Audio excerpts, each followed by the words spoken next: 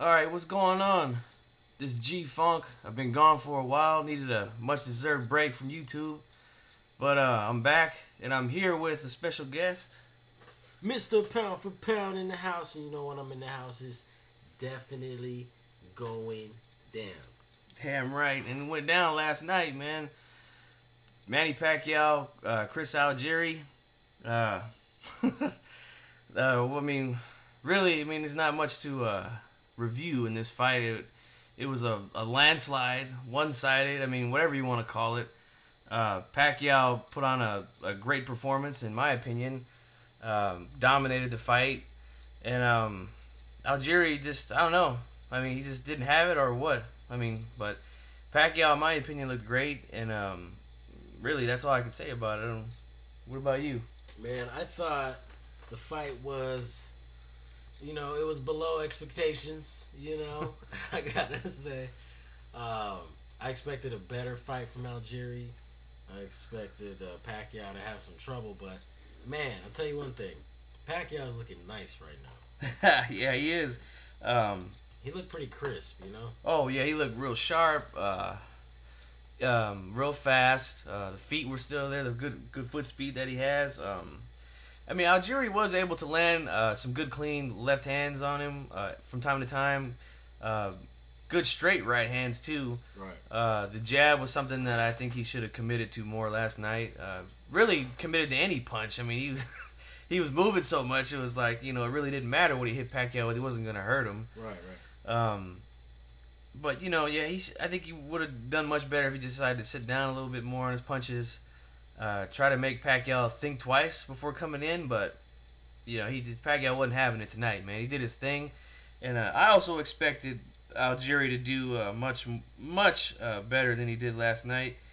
I thought the fight was going to be close, just because Algieri's style and his size, the longer reach, the taller body, and the movement, but it wasn't happening last night. Pacquiao did his thing, and I agree. He's had a good year, man. He got the win against Bradley in the highly debated first fight. Comes back, gets that win, and then he beats another undefeated fighter in Chris Algieri. So he's having a pretty good year, man. Pacquiao's having a great comeback. You know what I'm saying? He had the Rios, Bradley, and now Algieri. I think personally, he's having a good little, like a build-up, because I would say he's having a good build of tune-up fights that aren't necessarily tune-up fights. Like, he got his good boxer and strong boxer in Bradley out the way. He got the, durable wall of Rios out the way. And then he got his tall boxer out the way, banged him out with Algieri. So I think he's pretty, well-rounded now. I think he's healed off of that Marquez knockout. Yeah, definitely. I have to say, if it wasn't for a young guy named Terrence Crawford out there who's got a fight coming up with Ray Beltran in a couple weeks, if he wins that fight like I expect him to, he's going to get my vote for Fighter of the Year. But Pacquiao is good. He's right there in the discussion now. Like you said, he beat a good top-class fighter in Timothy Bradley earlier this year. He was undefeated, never lost, and then he gets in there with another young guy in Algieri who's never lost. Although some people might say, well, Algieri's, he's a club fighter, he's a ESPN fighter, whatever. I don't necessarily believe that. I think he's a pretty good fighter, man. Losing to a guy like Pacquiao, who's arguably one of the best of this generation, really not a bad thing for a guy like Algieri. But as far as his performance, it was horrible. Yeah. and the timing. How about the timing of that one knockdown? I think it was the 10th round. That was the best ever. And Kellerman is literally talking to the trainer, and he's like, "Oh, he's getting ready to knock him out right now. Yeah, we're letting him out the cage. We're letting him out the cage now, and then boom, he goes down." Right. Hey, and that was a vicious punch too. Yeah, the sound of it. And it was such an odd angle. That's the thing with Pacquiao, man. These punches that he throws and lands and still is able to generate power is it's amazing, man. It is. Right. It's difficult to time that and to try to just kind of guess where he's going from time to time. His footwork is so awkward to me, and I'm pretty sure to most fighters. And that's why you got to give a guy like Marquez a lot of credit, man, to figure that out, you know, and to have a lot of success against Pacquiao in the ring. Right. Marquez does the best against Pacquiao. Oh yeah, definitely. Hands down. Nobody does better than Marquez against Pacquiao. But I don't even think Floyd would do as good as Marquez does.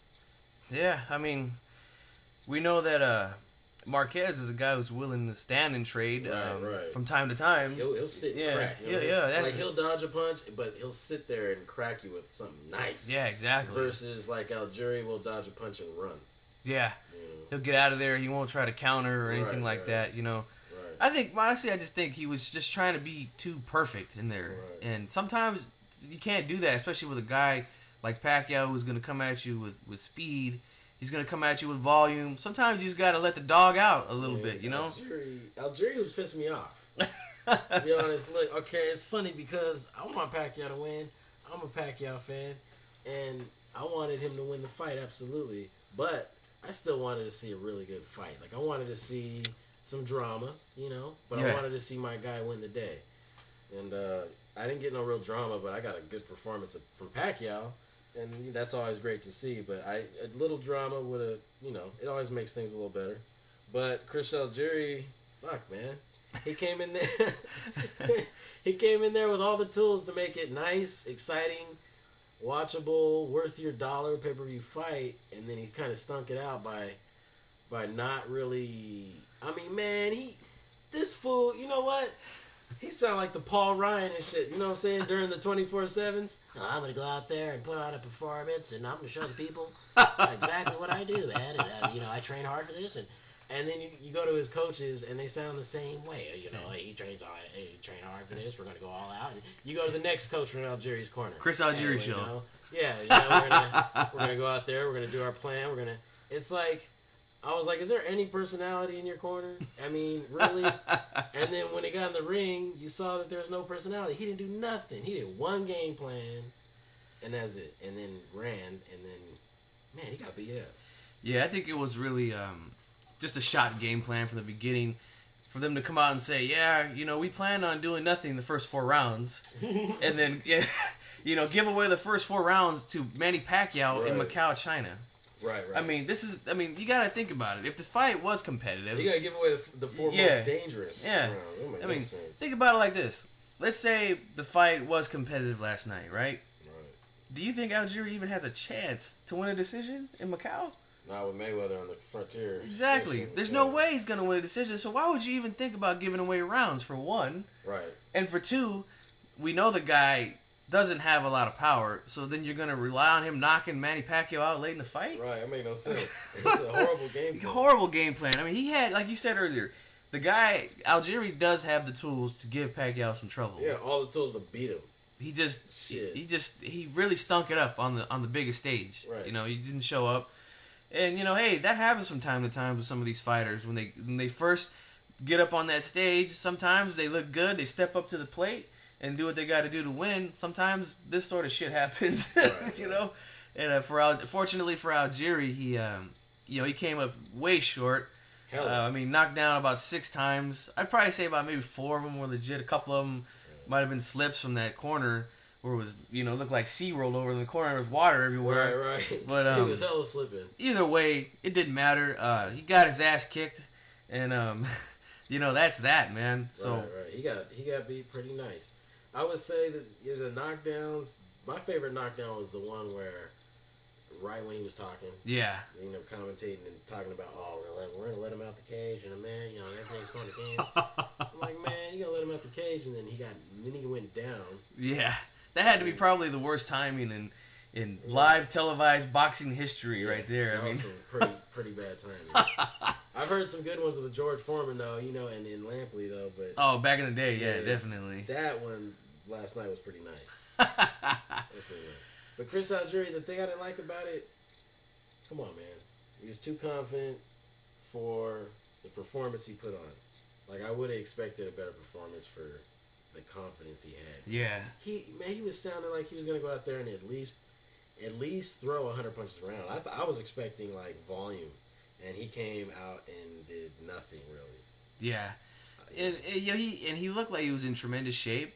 Yeah, he looked in bomb shape. He looked like he was ready to go a good hard 12. Shit. And like you said, the confidence. He definitely had some confidence going into the fight. Right. But I thought he was gonna come out bombing on Pacquiao, to be honest. Yeah. I thought he was gonna let his hands go. Yeah, I mean, why not? You know, you got to try at least try to steal some rounds there. I mean, like we said, we're fighting in Macau.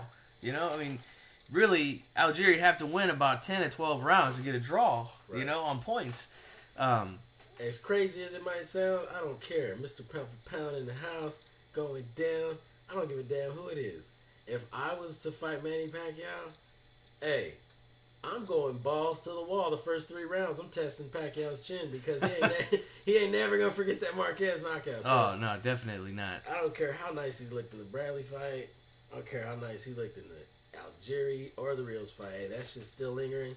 And if there was a fucking Mr. Pound for Pound Pacquiao fight, I'm going balls to the wall in rounds 1 and 2. I'll probably get knocked out in 3 because I'll probably be dead tired. But that's your best chance, I think, would have been for Algieri because he didn't got no power. Like, I would have rather have seen him go out on his shield in 5, but actually try than to get beat, just run in and, I'm going to be out of my cage in 10. No, you're not. You might have been out of your brain in 10, right, you know? Right. I would have rather just seen him go out guns blazes in 4. Like, at least let your hands go like crazy. You know, all that talk. Like, you know, if I'm doing all this talking on 24/7, then at least go out for your fans. Just go to bed. Go to sleep. Take night-night. And, you know, at least, you know, don't give me 12 stinking rounds. That's some stinker-ass rounds. Yeah, I had people calling me last night after the fight, like, man, did you think that fight was fixed? I said, no. No, he just... No, there's no way. Algieri just got his ass kicked, man. Yeah. And that's that, you know? I mean, I don't think he just said, you know what, hey, I'm getting paid millions here for the first time. You know, I'm just going to collect my check and go home. You know, I don't think that was the case at all. I just think he got outclassed. Yeah, I mean, plain and simple, you know? As far as, I mean, we've been getting on Algieri a lot here, and Pacquiao did look good, but... Still, Algieri seems too wholesome to take a deal anyway. Yeah, definitely. Well, what I was getting at was that, you know, Pacquiao, as good as he looked, and he did look real good last night, still getting hit with some clean right hands. I mean, and that's something that they've been working on since the Marquez days. Yeah. I mean, him and Roach have been saying nonstop, oh, we're going to nullify the right hand, blah, blah, blah. Still not seeing it. No. And... I think that's going to be a problem in the future because we know who he's going after and we know who everybody wants to see him fight, and that's Floyd Mayweather. And we know that one of Floyd Mayweather's best punches is that straight right hand off that pull counter or the shoulder roll, whatever you want to call it. Right. So I would like to see him try to work on that finally. What do you think? Definitely got to work on that. Most definitely. My thing is, it goes both ways. I honestly believe I'm going to catch a lot of flack because I've been doing a lot of research lately on Pacquiao and Mayweather, you know, with this whole thing going on, the fight possibly on the looming in 2015. So I've been really trying to make my decision because when I do my prediction video, I want to know really who I'm going to go with and, you know, make a good prediction and stuff like that. But the straight right hand is definitely a tool of Floyd's that is in the arsenal, especially with his defense, and then he shoots it straight. Mm-hmm. My thing goes both ways, though, with me, because I think that it's an effective punch, the straight right, if you're Marquez. You know what I mean? Because I think Mayweather, you know, he hasn't knocked anybody out either in a long time, right? Oh, yeah, it's been a while. Yeah. But the thing with Mayweather, to me, is like, I think he would hit Manny with the right hand. I think it would get in, but I think it would affect him like Algieri's. And I think he walks through it, and I think he kind of... I really do think it's a different fight than a lot of people are thinking that have Floyd pound for pound out there or think Floyd's God. I really do think, guys, it's going to be a different fight because if you really analyze his last few fights, he's fought power punchers, but they've been slow plotting power punchers. Guerrero, Canelo, and Maidana. They're not fast, athletic They don't have the foot speed of Pacquiao. Right. I mean, when's the last time Floyd's fought a Pacquiao or Bradley or any like a short, quick pop, pop, pop? You know, like Yeah, it's been a while. It was Judah, and he gave him problems, and that wasn't even a good version of Judah either. But you know, I think Pacquiao gives him some problems, but that straight right hand could be an issue for sure. But if he was in there with, you know, if Algieri had a right hand like Hearns, then yeah, Pacquiao's in definite trouble. And if Mayweather had power, yeah, Pacquiao would be in some definite trouble with his defense because he does run into some right hands. Yeah, he still has a problem with that, and everybody knows that that's the punch to go to when you're in with a southpaw. Yeah. The straight right hand or the lead right, whatever you want to call it. Right. That's the punch to go to. I would, like I said, for me, I would just like to see him make an adjustment on that. Right. Because, like you said, Marquez landed a lot of clean, flush right hands, hard right hands, and we saw the result of one of them in the fourth fight. Had him out cold, face down. Nice. And do I think Floyd can do that to him? No, I don't think so. Me either. But I do think that... I don't think he punches that way, like with that... Like, no, I don't think he punches with that kind of intention. Right. Plus, we all know Floyd has a history of hand trouble. Right, you know, right. He has brittle hands. But I do think that it's something that, you know, when Floyd lands that right hand, I mean, he's landed on everybody he's been in the ring with. Right. And, I mean, it's crisp, it's clean, and, I mean, everybody sees it. You know, there's no doubt about it. He kind of leans forward before he throws it. Yeah, and funny. It's one of those ones where you see it and you're like, oh, damn, like he hit him, you know, like, fuck. Right. I mean, it looks hard, but, you know, like I said, it hasn't knocked anybody out in a while. I think he carries a little bit more power than most people give him credit for. I don't see him hurting Pacquiao with that or stopping him with that. I just see him possibly landing that a lot and giving Pacquiao some trouble if they do get in the ring, and that's a big if, you know. A big if. But one thing I have to say about Pacquiao, like I said, I loved his performance last night.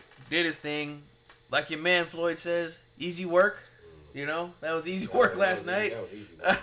But it was nice work too. The one thing that disappointed me with Pacquiao last night, and it didn't even have nothing to do with the actual fight itself, it was the post-fight interview where I was hoping that he would just flat out just say, hey, look, Floyd, I want you in the ring. Next spring, let's get it on, man. I don't want to hear no hiding behind promoters or anything like that. You know, he didn't do that. You know, he didn't do it, man. And I wanted him to do it, and that was disappointing me. How about you? No, I mean, he didn't hide behind promoters. No. But I mean, I just wanted him to come out and say, look, Floyd, yeah. I want the fight. Let's do it. Right.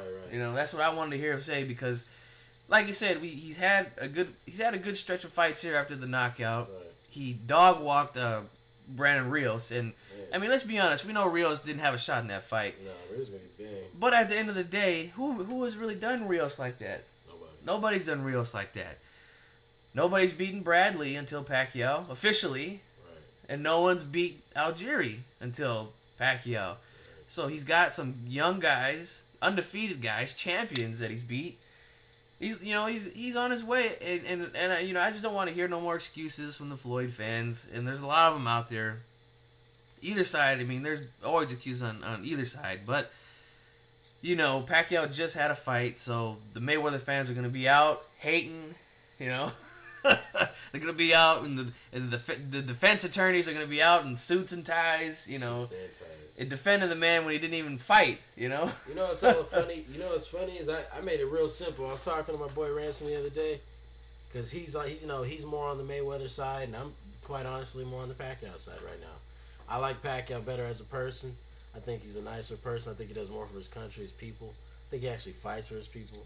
There's more of a tribal feel around him, you know, his fights and just when he comes out. I just like that, you know what I'm saying?